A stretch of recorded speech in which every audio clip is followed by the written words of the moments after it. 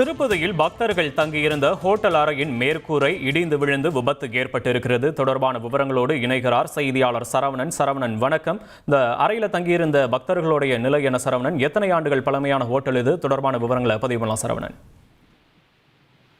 அதாவது கீழ் திருப்பதியில் உள்ள தனியார் ஹோட்டலில் நேற்று நள்ளிரவில் மேற்கூரையானது திடீரென இடிந்து விழுந்தது.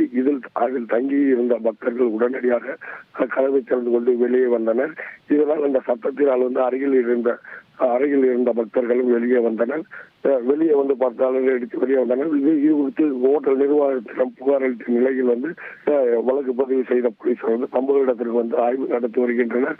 இது புதிய கட்டிடம், அதாவது 6-7 வருடங்களுக்கு முன்பாக கட்டப்பட்ட கட்டிடம் மேற்கூரை இடிந்து விழுந்தது பெரும் பரபரப்பை ஏற்படுத்தியுள்ளது. இதில் திருப்பதியில் கட்டுமான பிழைகள் இந்த நிலையில் உள்ளதா என்ற அச்சத்தை ஏற்படுத்தியுள்ளது.